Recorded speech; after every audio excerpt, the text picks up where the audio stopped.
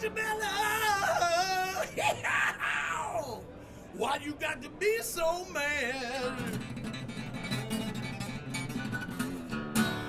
I just want to love on you, baby. You ain't got to be so bad.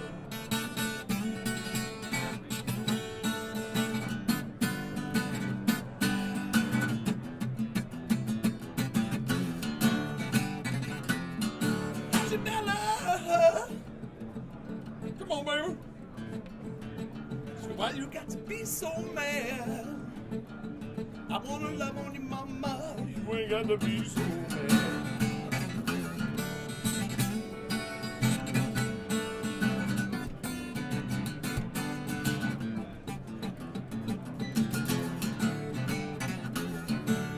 Bella, so wait. Why you got to be so mad? You angry now? Love on you, baby. You ain't got to be so mad.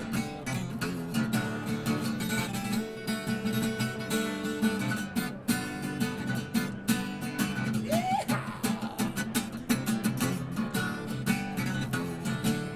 Hatchbella got long legs. That's won't you be my baby. Hatchbella got big blue eyes. That's won't you be my wife. Hatchbella got long hair. That's won't you see I catch a Bella. Yeah! So hey! Why you got to be so mad? You ain't got to be so angry now. I wanna love on you, baby. You ain't got to be so mad.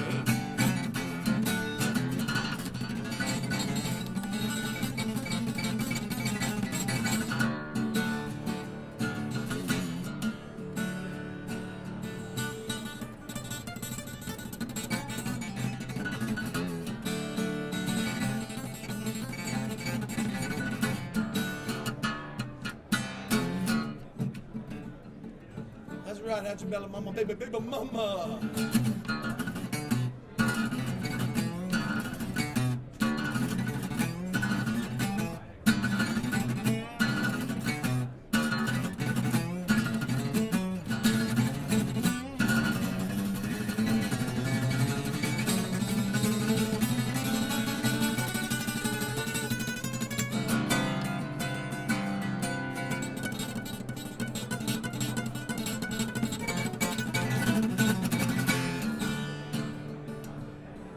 Baby. Hatchbella! Oh, baby, I want you back in my life. And on your way, bring me a 1959 Les Paul, a pre-war D38 Martin, and a dozen of jelly-filled donuts, baby. Oh, I love you, yeah.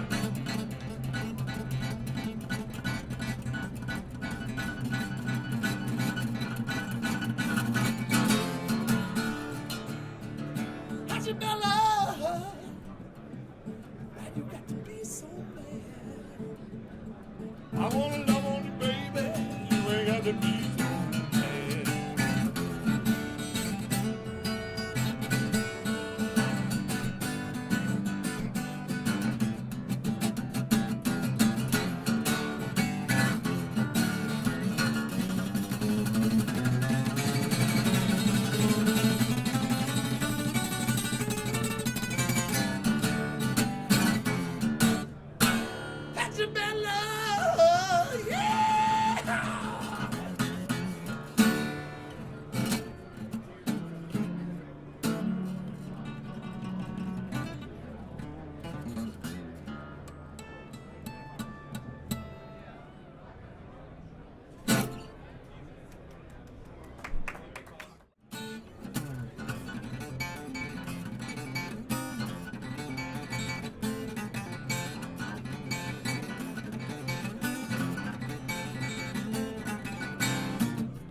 Baby, don't we maybe? Want you loving, baby? I don't want it right now.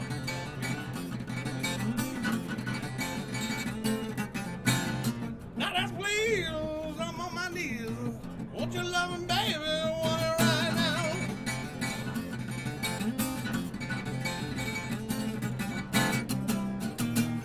Gonna break it on down. Woo! Ow!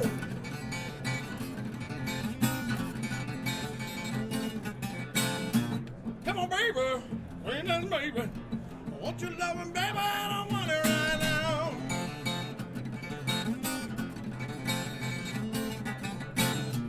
That's baby. Come on, sweet mother, sweet Jesus, baby, right now.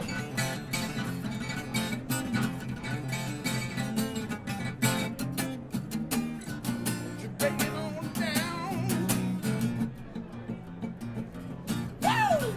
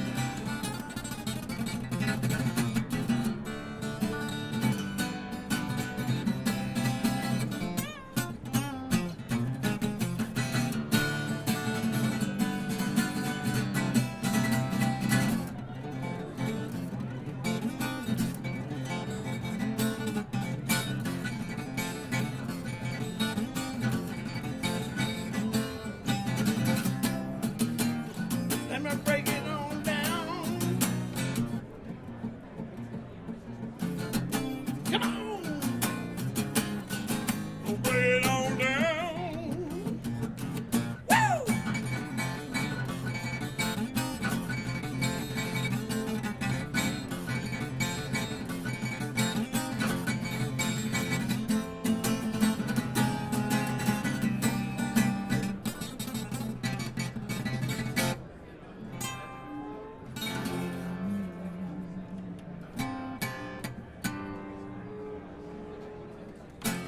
Right here we got Bryan Kehoe, the Psychobilly madman behind M.I.R.V, and you're also playing with Les Claypool's Duo de Twang. Yeah. Right?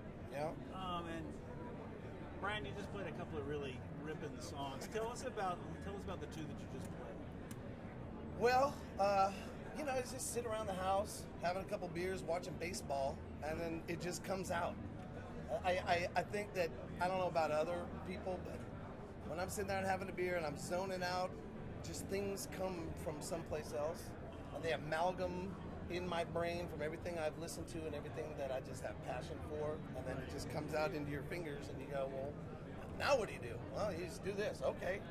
So you told me just a moment ago that you're like fifth generation San Francisco Bay Area, right? Fourth generation. Fourth generation. My daughter's fifth.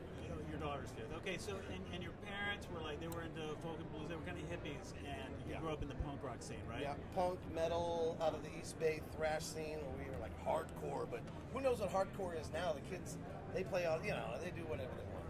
Right. So when did you first pick up an acoustic guitar? When did you say, you know what, I can play punk rock on an acoustic? Well, I started on acoustic guitar. Yeah, so that's kind of what was available. You've been doing it ever since. Did Yeah, you you know- graduate to electrics then? Yeah, I mean, I started on Broom because I loved AC/DC and you know, all the heavy metal greats that everybody always talks about. And then my mom said, well, here, why don't you just get a guitar? I took a couple of lessons and I was able to learn it. Back in those days, you'd have to get the record out and jump that needle around and figure it out, and I was able to figure it out. And then, you know, I had an old Franciscan steel string that I played until I think I smoked too much weed and got drunk and smashed it one day because I wanted to be like, you know, The Who or something, Jimi Hendrix. And then I got, you know, Les Paul copy, Memphis copy. But I always played acoustic guitar because I always felt that if you could get chops on an acoustic guitar and you went over to an electric, it's kind of like the baseball players have those big heavy bats. Yeah. And then when they get up to the plate, they swing a regular bat and it's easier to play. So if you could play an acoustic guitar, you could play anything. Yeah, you know what? More young people starting out playing guitars ought to realize that. Because starting out on acoustic prepares you to go to electric. Well, I would like to say that a generational thing is a lot of kids now, because I work with Dunlop, And so, we're trying to get plugged in to where we can, generate commerce. Right. But this whole bluegrass, acoustic, old-timey kind of influx has really been happening. A lot of kids are like, teenagers, early 20s. They're brewing their own beer. They have their gardens in the back, and they're all playing bluegrass. And they're doing some kind of bastard version of the indie bluegrass, jamgrass with like some kind of punk ethos. True. It kind of came out of punk rock. Punk rock going back to kind of acoustics and with the psychobilly thing kind of manifests itself now into this rebirth of the string.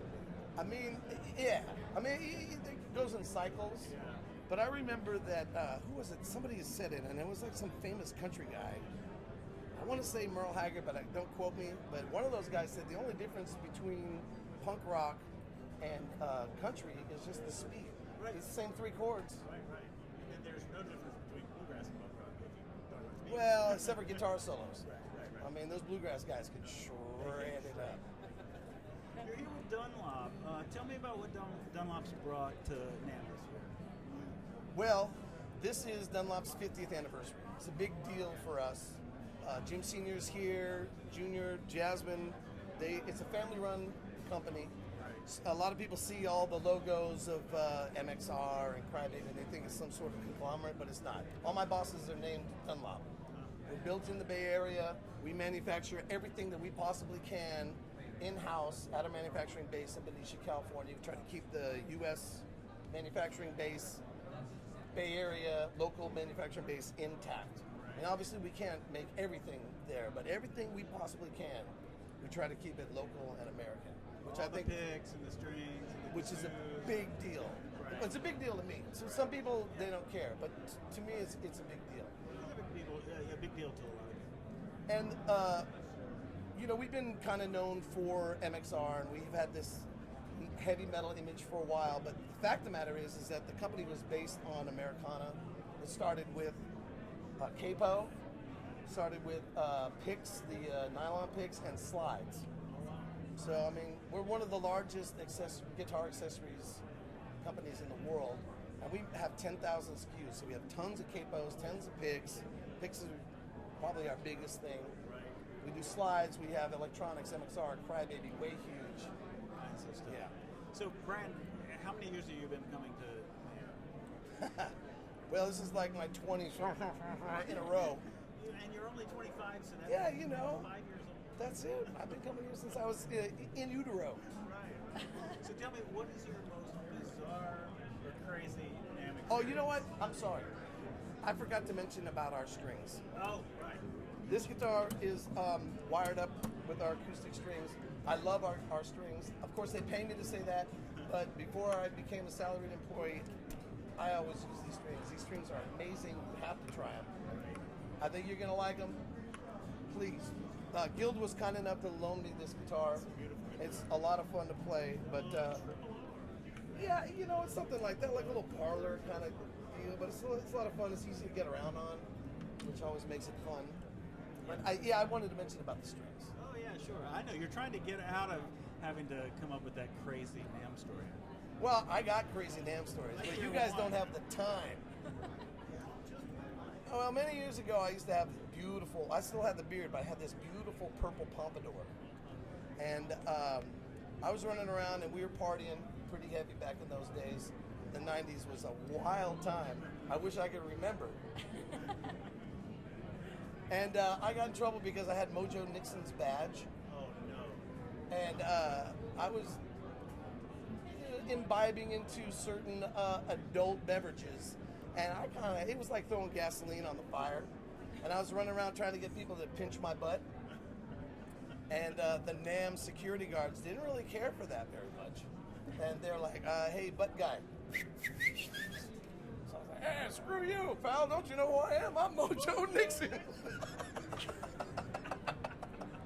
So anyway, they proceeded to grab Mojo Nixon and carry me out like they're carrying a lion out of the safari. And Mojo Nixon's not been to NAMM since. Well, I don't know. I apologized to him one time, and I don't think he really cared. Mojo Does anybody probably know who would've Mojo done- Nixon is anymore? This is true.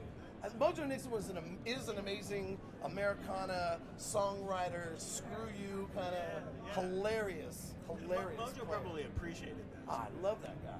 He's great. So anyway, so they threw me out, and I go, hey, what about my guitar? Anyway, needless to say, every now and again, people come up to me, hey man, I go, hey, what's going on? Touch my butt. Oh no, you remember that? Pretty wild.